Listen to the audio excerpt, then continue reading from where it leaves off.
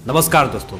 आए दिन कपिल शर्मा की जो शो है उसको लेकर के बहुत सारी कंट्रोवर्सी क्रिएट होते रहती है और क्या कंट्रोवर्सी क्रिएट हुई है उस पर बात करूंगा। उनके फॉलोअर्स ने किस तरह से उनकी बोलती बंद की और किस तरह से उनके मुंह को चुप किया, आज यही बात करूंगा। और एक बहुत ही इंपॉर्टेंट बात करूंगा। आज एपिसोड 1 है यूथ चेंज पे। मैं चाहता हूं कि इस चैनल पे अगर आप आते हो तो मैं ज़रूर चाहूँगा कि आपके आने के बाद आप ज़रूर इस वीडियो से बहुत कुछ सीखें, कुछ इंस्पायर हो, क्योंकि आपके लाइफ का बिल्कुल इम्पॉर्टेंट टाइम होता है। आप लोग 5 मिनट्स ही अगर देते हो इस वीडियो पे मुझे, तो मैं चाहता हूँ कि हर एक वीडियो में आप कुछ डिफरेंट सीखो और कुछ नई बात जानो। सबसे पहले मैं आपसे बात करूँगा कि किस तरह से कपिल शर्मा के ट्वीट से किस तरह से कंट्रोवर्सी क्रिएट हुई।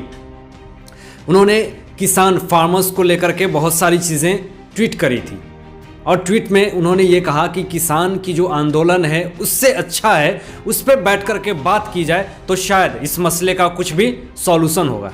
तो एक फॉलोअर ने साफ उनको ट्वीट करके कहा कि ज़्यादा ज्ञान बांटने की ज़रूरत नहीं है, तेरा काम है कि चुपचाप कॉमेडी कर, उसके अलावा कुछ मत कर। उन्होंने फिर रिप्लाई में आए दिन उनके कंट्रोवर्सी क्रिएट होते रहती हैं, कुछ ना कुछ ऐसी बातें वो बोलते हैं जिस कारण से कंट्रोवर्सी क्रिएट हो जाती है। उन्होंने ये कहा कि भाड़े के कपड़े पहन करके 50 रुपए का रिचार्ज करवा के ऐसे ज्ञान को बांट रहे हो, ज्ञान बंद करो बांटना, समझ गए। तो इस तरह से उन्होंने एक फॉलोअर को मुंह को चुप किया। कॉमेडी, क्या किसी के मजाक को उड़ा करके कॉमेडी शो किया जाता है? क्या किसी की अपमान करके, फुहरता को दिखा करके कॉमेडी की जानी चाहिए? क्या टीआरपी को बढ़ाने के लिए हमें सामने वाले की रिस्पेक्ट नहीं करनी चाहिए? क्या इसी को कॉमेडी कहते हैं? तो ये सारी चीज़ों को देख करके बहुत सारे फैंस कपिल शर्मा शो को भी देखना पसंद नहीं कर रहे हैं। इसी कारण से कपिल शर्मा के ट्वीट पे और उनके इस कंट्रोवर्शियल रिट्वीट पे और उनके फैंस के इस तरह के बात पे आप लोगों की क्या सोच है ज़रूर कमेंट कीजिएगा बता करके।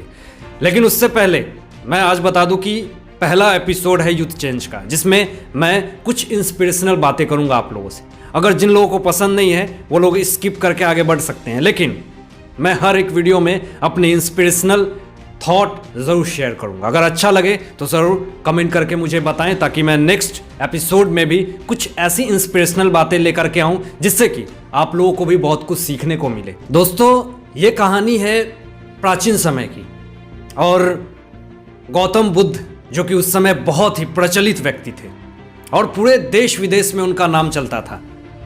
एक गरीब किसान बहुत ज़्यादा अपने जीवन से परेशान था, हतोत्साहित था अपने जीवन को लेकर के, बहुत ही गरीबी से जूझ रहा था। किसानी करता था, उसके फसल नहीं उगते थे, बहुत सारी मुसीबतों का सामना करना पड़ता था। तो उसी गांव में किसी ने यह कहा कि गौतम बुद्ध जी सामने एक पेड़ के नीचे तपस्या कर रहे हैं। किसी को भी कोई भी मुसीबत होती है तो वो लोग वहाँ जाते हैं, अपनी समस्याएं बताते हैं और वहाँ पे जाने के बाद उसकी समस्याएं दूर हो जाती हैं। वो किसान गौतम बुद्ध के पास जाते हैं और अपनी समस्याएं बताते हैं। वहाँ जाने के बाद उन्होंने ये समस्याएं बताई कि प्रभु, मेरे जीवन में बहुत ऐसी ऐसी समस्याएं हैं जिनको मैं फेस नहीं कर पा रहा हूँ।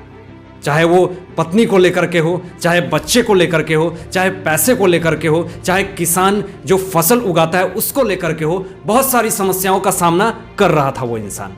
सारी बातें गौतम बुद्ध सुन रहे थे। जब उनकी आंखें खुलती हैं तो गौतम बुद्ध यही बोलते हैं कि मैं तुम्हारी कोई मदद नहीं कर सकता। बहुत आस और उम्मीद से वो किसान गौतम बुद्ध के पास आता है। ये बातें सुनकर काफ़ी आश्चर्य होता है कि जो पूरी देश और पूरी दुनिया से जो गौतम बुद्ध को इतना प्यार सम्मान देते थे, आज वो ये कह रहे हैं कि मैं तुम्हारी कोई मदद नहीं कर सकता, कोई हेल्प नहीं कर सकता। ये बात सुनकर के उनके भक्तों को भी काफ़ी आश्चर्य हुआ कि आज ऐसी बातें क्यों कर रहे हैं गौतम बुद्ध जी। दोस्तों, मेरा ये स्टोरी बताने का मकसद ये है कि मैं चाहता हूँ कि आप लोग भी हमारे धर्म को, हमारे ट्रेडिशन को, हमारे पूर्वजों को जानो, समझो कि हमारी संस्कृति क्या है। इन सारी चीज़ों से सीधा गौतम बुद्ध यही कहते हैं कि मैं तुम्हारी कोई मदद नहीं कर सकता, लेकिन हाँ, जो भी तुम्हारी समस्याएं हैं, मैं तुम्हारी एक दूसरी समस्याएं हैं उसको ख़त्म कर सकता हूँ। तो वो किसान यही कहता है कि एक तो समस्याएं आपने ख़त्म की नहीं, अब दूसरी कौन सी समस्याएं हैं। उन्होंने दूसरी समस्याओं का समाधान ये बताया कि तुम अपने जीवन में ये चाहते ही नहीं कि तुम्हारे जीवन में कोई भी समस्याएं आए। उन्होंने आगे ये भी बताया कि तुम्हारे लाइफ में, तुम्हारी ज़िंदगी में जितनी भी समस्याएं हैं, जितनी भी मुसीबतें हैं, वो एक कालचक्र है, वो हर एक इंसान की ज़िंदगी में आती है। अगर तुम ये सोचते हो कि मेरी लाइफ में, मेरी ज़िंदगी में कभी कोई भी प्रॉब्लम नहीं है, तो ऐसा नहीं हो सकता।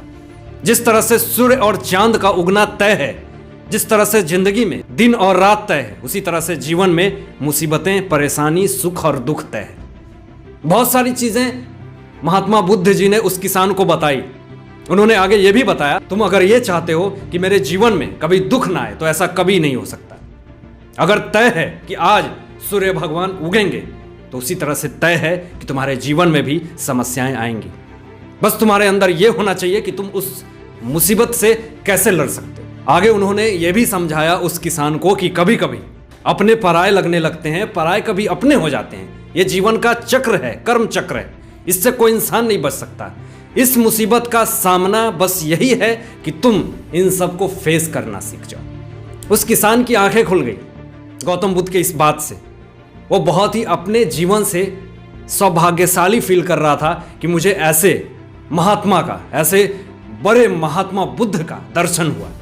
और ये उनके भक्त भी सुन करके काफी खुश हुए कि गौतम बुद्ध जी ने जो भी ज्ञान दिया बिल्कुल सत्य था। दोस्तों, क्या हमारे देश में बहुत सारे ऐसे गौतम बुद्ध जैसे बहुत सारे ऐसे महापुरुष लोग हैं, क्या हमें उन लोग, उनकी ज्ञान को आज आगे नहीं लानी चाहिए और किसी न किसी माध्यम से उस चीज को क्या शेयर नहीं करना चाहिए? हमें कुछ न कुछ सीखने को मिलता है।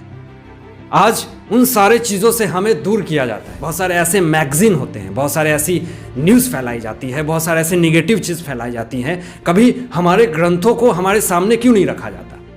क्योंकि कुछ लोग प्रोपोगेंडा चलाते हैं कि हमारे देश में जो हमारे हिंदू धर्म है उसको खत्म कर दिया जाए, उसको धूमिल कर दिया जाए। लेकिन मेरी सांस और मेरी ज़िंदगी जब तक है, मैं कोशिश करूँगा कि मैं उन सारे पुरातात्विक जो सत्यता है हमारे देश की, हमारी इतिहास, वो सारी चीज़ें आप लोगों के सामने लाने की कोशिश करूँगा। और मुझे उम्मीद है कि इन सब चीज़ों में आप लोग ज़रूर मेरा सपोर्ट करोगे। कैसा लगा आज का ये यूथ चेंज एपिसोड नंबर 1? अगर आपको अच्छा लगा तो कमेंट करके ज़रूर बताना। तो आज के लिए बस इतना ही। मैं आशीष राठौर विदा लेता हूँ। एक नई सोच के साथ आपके समक्ष उपस्थित रहूँगा। तब तक दीजिए इजाज़त। अपना ध्यान रखिएगा, ख्याल रखिएगा। Thanks for watching my